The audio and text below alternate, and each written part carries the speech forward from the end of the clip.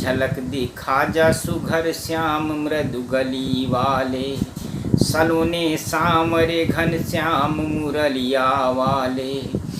तो जहाँ पर काम है चलता न तीरों व कमानों से, विजय नटवर की होती है वहाँ मुरली की तानों से।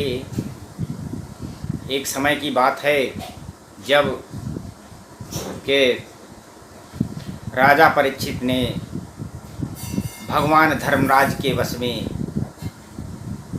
सारे जीवों की दिनचर्या है, ऐसा सुखदेव जी से पूछते हैं।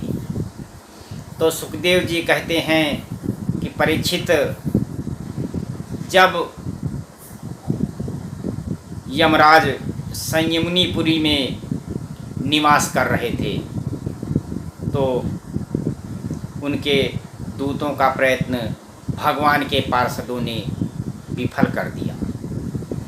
तो यमदूतों ने कहा कि संसार के जीव 3 प्रकार का कर्म करते हैं, पाप पुण्य अथवा दोनों प्रकार के मिश्रित कर्म।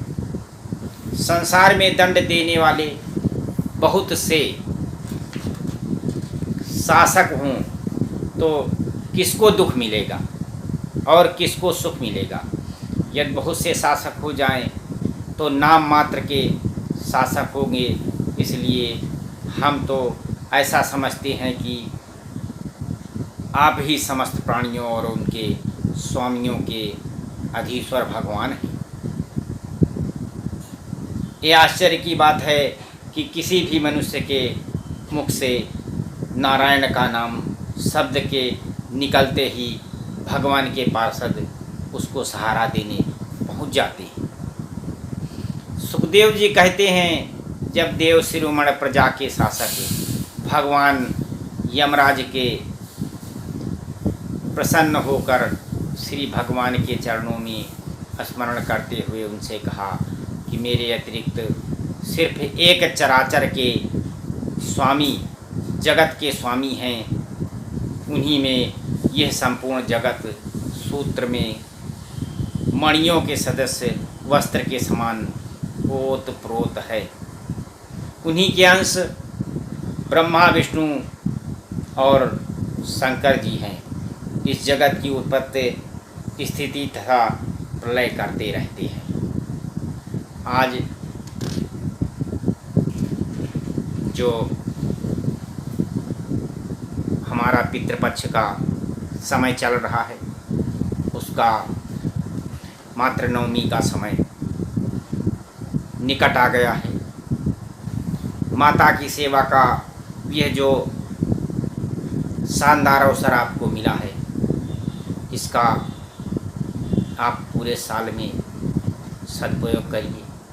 और जिनकी माता नहीं है उनकी मूर्ति ही समझ लीजिए कि वो उनकी माता हैं, इस प्रकार मानकर और मन से उनकी ये अभिलाषा करिए कि वो जहाँ भी जिस भी अवस्था में होंगी, कहीं यदि देखिए जब मनुष्य बहुत अच्छे सत्कर्म करता है उसके मुँह से ये बताते हैं, वेद शास्त्र कहते हैं कि यदि मरते के समय राम नाम का, उसके भगवान के नाम का स्मरण हो जाए, उसका भगवान के मुख पर, उसके मुख पर भगवान का नाम आ जाए तो समझ लीजिए साक्षात कृतार्थ हो जाता है। और ईश्वर अंश जीव अविनाशी, ईश्वर तो परमात्मा का मानव एक मात्र अंश है। परमात्मा ने अपने अंश संसार में बिखेर रखे हैं। जरा सा प्रकृति को देखिए, परमात्मा की क्या प्रकृति है कि जुड़वा बच्चों को छोड़ करके और संसार में एक दूसरे किसी भी जो है मनुष्य का एक दूसरे से चेहरा नहीं मिलता है। ये अपवाद स्वरूप है कि कहीं किसी ने एक जैसा चेहरा पाया, पर परमात्मा है क्या जब उसकी प्रकृति है ना। मनुष्य जन्म लेता है और फिर अपने नाना प्रकार के जीवन में भटकता फिरता है। कभी उसको अच्छे कर्म हो पाते हैं उससे, कभी उससे बुरे कर्म भी होते हैं। लेकिन मनुष्य को ये चाहिए कि वो अपने जो पाप संचित करता है उसका उसके मन में रहता है कि मैंने ये गलती कर दी, और उसको इग्नोर ना करके अपनी गलती को सुधारने का उसको अवसर देना चाहिए। और यदि मन से आदमी प्रायश्चित करेगा कि मैंने ये गलती कर दी, भगवान इसको माफ़ कर देना, तो उसकी गलती क्षमा हो जाएगी। अन्यथा ये आप समझ लीजिए कि मनुष्य उस पाप का भागी होता है और उसका प्रायश्चित उसे किसी न किसी प्रकार से भुगतना पड़ता है।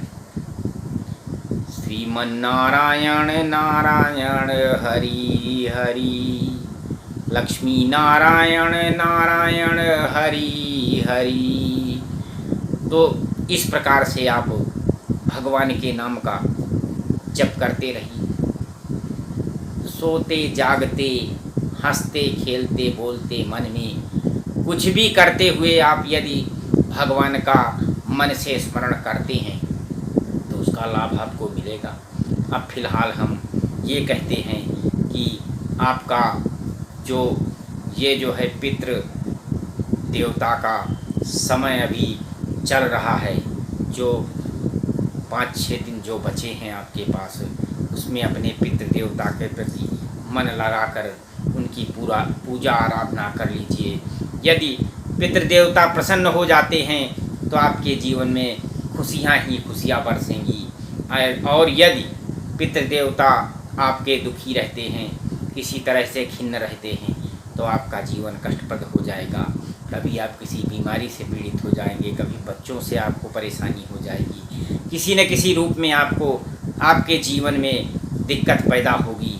तो इसलिए पितृदेवता का मेरा आपसे अनुरोध है कि पितृदेवता का इसमें आप जो है पूजन तर्पण अर्पण और सब जो भी आपसे अधिक से अधिक उनके प्रति हो सके वो आप करते रहें। उनकी मूर्ति को ही साक्षात मान करके आप जो है उनका आराधन करिए।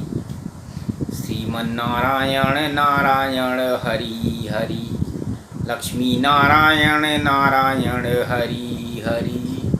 तेरी लीला सबसे न्यारी न्यारी हरि।